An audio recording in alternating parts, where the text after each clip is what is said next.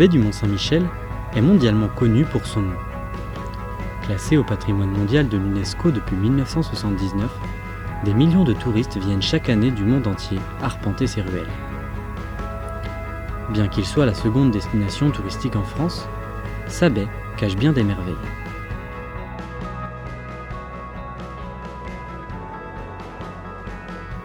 Cette nature, fragile, est pourtant menacée par des activités humaines ancrées dans ce territoire d'histoire et de tradition.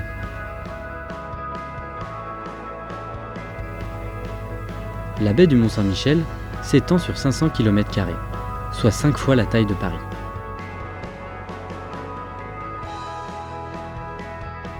Elle se limite à l'est par la pointe du Gouin, au nord de Cancale.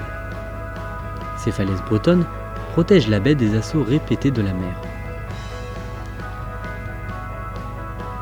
Cette immense anse abrite une diversité d'habitats remarquable. En se dirigeant vers la Normandie, des formations originales appelées coquillers sont visibles, notamment du côté de Chéruet. Ces amoncellements de coquillages illustrent la richesse de la baie en mollusques. Plus à l'est, les mythiques prés-salés nourrissent de nombreux troupeaux de moutons. Au pied d'Avranches, la Sélune élacée se jette dans la baie, emportant avec elle une grande quantité de sédiments. En remontant vers le nord, le bec d'Andenne et sa plage de sable participent à la diversité d'habitats, avant que ne s'élèvent les falaises de Champeaux. Les falaises de Carolles, réputées pour leur beauté, culminent à plus de 70 mètres. Le vallon, creusé par le Lude, offre une curiosité paysagère, mais également écologique.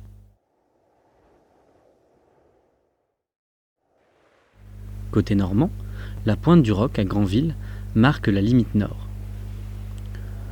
Au large, l'archipel des îles Chausée constitue un rempart de protection composé de 365 îles et îlots à marée basse. C'est le plus grand archipel d'Europe.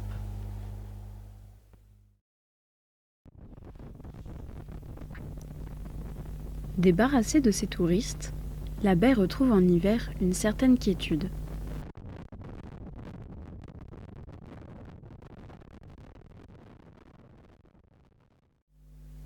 Une grande quantité d'oiseaux profite du caractère nourricier de cet espace. En effet, si l'homme s'y est installé, c'est en raison d'une richesse particulière en coquillages et en poissons qui lui a permis de développer son économie. C'est cette abondance qui attire notamment les limicoles. Ces oiseaux apprécient la vase où ils débusquent des coquillages, des crustacés et d'autres invertébrés. Leurs journées sont rythmées par la marée. À marée haute, les bivalves, comme les coqs et les palourdes, sortent de leur cachette.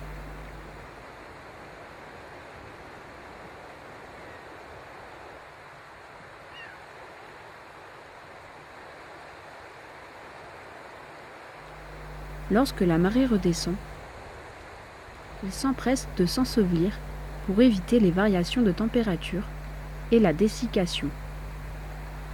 Il faut faire vite, car les limicoles sont en quête perpétuelle de nourriture. Malheureusement, une fois enfouis, les mollusques ne sont pas entièrement à l'abri. Leurs prédateurs sont bien souvent armés de longs becs pour fouiller les sédiments.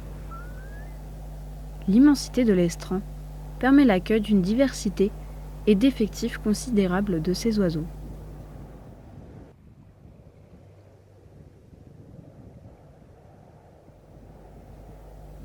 Le bécasseau variable est le plus abondant. Il n'est pas rare de l'observer par groupe de plusieurs centaines.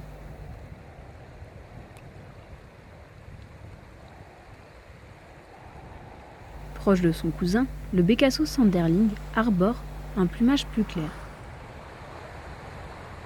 tandis que le bécasseau maubèche s'en distingue par sa plus grande taille. Ce dernier est plus farouche, car il est chassable en France.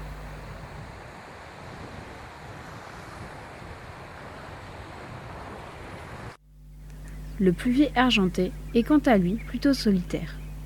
bien qu'il soit souvent mêlé aux autres espèces.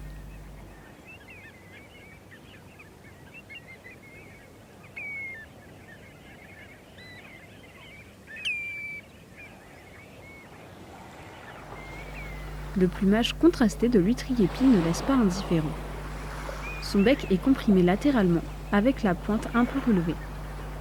Cette adaptation lui permet d'ouvrir facilement les bivalves.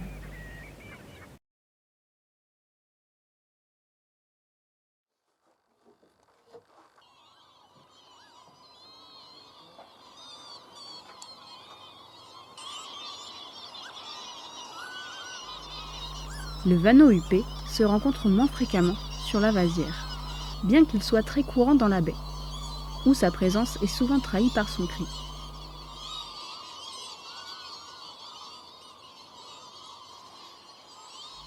Le courrier cendré est muni d'un long bec courbé vers le bas.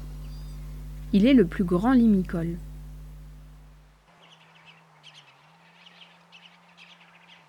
La barge à queue noire est très grégaire.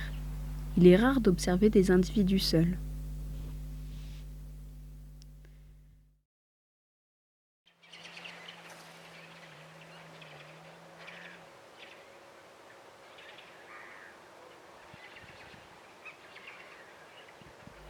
Les marais littoraux sont également occupés par ces espèces. Ils servent notamment d'aire de repos ou de territoire de chasse de substitution lorsque la marée est haute.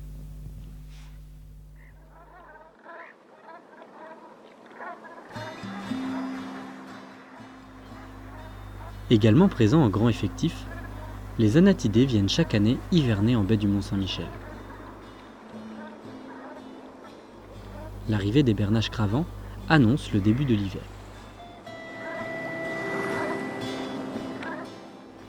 Ces migratrices viennent du nord pour profiter de la nourriture en profusion qu'offre la baie. En journée, ces oies se nourrissent sur les herbus où elles broutent la végétation.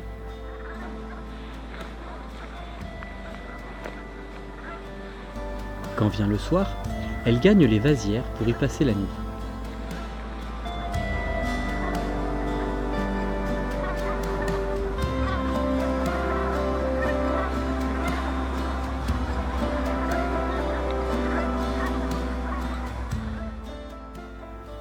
De nombreuses mares ont été créées par l'homme sur les herbus pour la chasse aux canards. Celles-ci favorisent grandement la présence des canards de surface. Cependant, ces canards sont difficiles à observer sans accès aux gabions. À toute saison, le tadorne de Belon occupe la baie. Contrairement aux autres canards de surface, l'espèce est facilement observable. Quasiment disparu de la baie dans les années 60, sa protection a sûrement aidé son retour. Bien qu'il soit le plus gros canard de France, le tadorne de Belon niche dans des terriers de lapins ou de renards. Les dunes, côté normand, lui sont donc très favorables. Enclavées, les eaux de la baie sont souvent calmes et permettent aux canards de s'y reposer.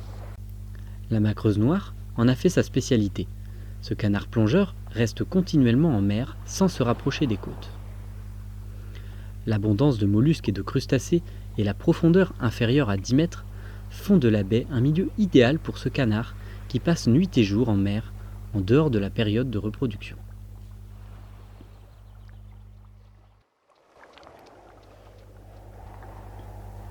En hiver, les prés salés font le bonheur des fringiles et notamment des linottes qui se rassemblent en groupes importants. Mais d'autres espèces de passereaux, plus rares, font escale pour quelques semaines dans la baie. En début d'hiver, il est fréquent de rencontrer sur les plages le bruant des neiges. Ce bruant est un hivernant peu fréquent en France, car moins de 1000 individus y passent l'hiver. Les coquillers, riches en graines des herbus et de sel rapportés par les marées, permettent à des groupes de se nourrir. Il en est de même pour l'alouette oscole, qui est encore plus rare et qui tend à se raréfier.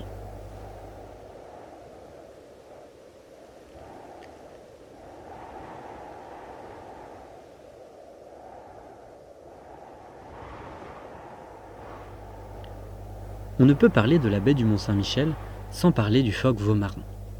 Ce phoque, de petite taille, affectionne particulièrement les baies sablo-vaseuses où il se repose à marée basse sur des bancs de sable.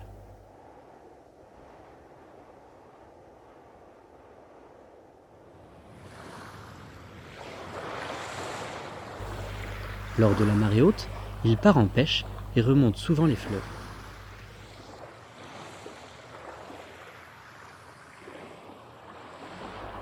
La population est estimée à une centaine d'individus, mais il est difficile à observer au vu de l'immensité du milieu.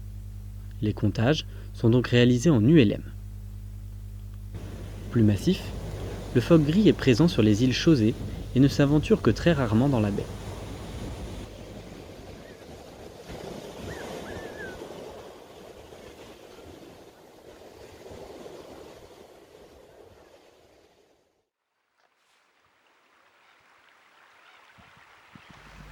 Lors des grandes marées, un mascaret se forme, recouvre l'ensemble de la baie et remonte la C et la C-Lune.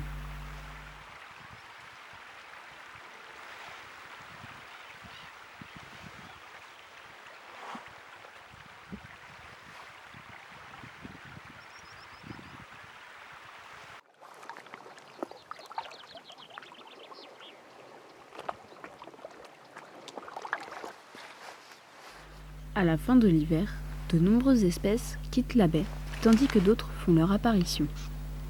Le printemps invite des nicheurs venus d'ailleurs, mais également des espèces sédentaires. Des insectes spécifiques des milieux halophiles sortent de leur léthargie hivernale et tentent de se reproduire avant l'hiver suivant.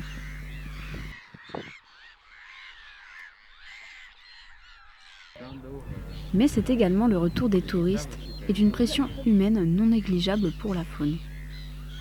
Des traversées de la baie au survol incessant des hélicoptères, la place laissée à la faune est réduite. Bien que Tomblaine soit interdite d'accès l'été, des centaines de touristes passent au pied de l'îlot chaque jour.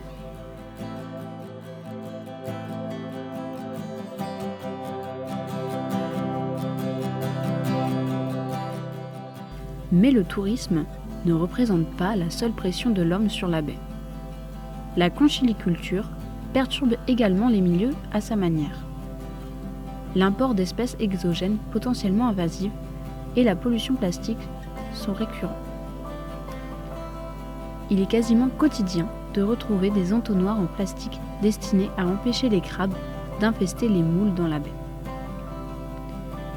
Plus de la moitié de la pollution plastique en baie du Mont-Saint-Michel est causée par la culture des huîtres et des moules. Pourtant ancestral, l'élevage de moutons impacte actuellement la biodiversité. En été, le nombre d'ovins dépasse les 15 000 têtes sur l'ensemble des herbus. Cette densité a des effets locaux négatifs sur la diversité floristique exceptionnelle des prés salés. En hiver, la chasse aux canards et aux limicoles maintient une pression humaine sur la biodiversité. Chaque année, des milliers d'oiseaux sont tués dans les gabions ou à la passée, avec des quotas qui peuvent sembler d'un autre temps. 25 canards par gabion pour 24 heures.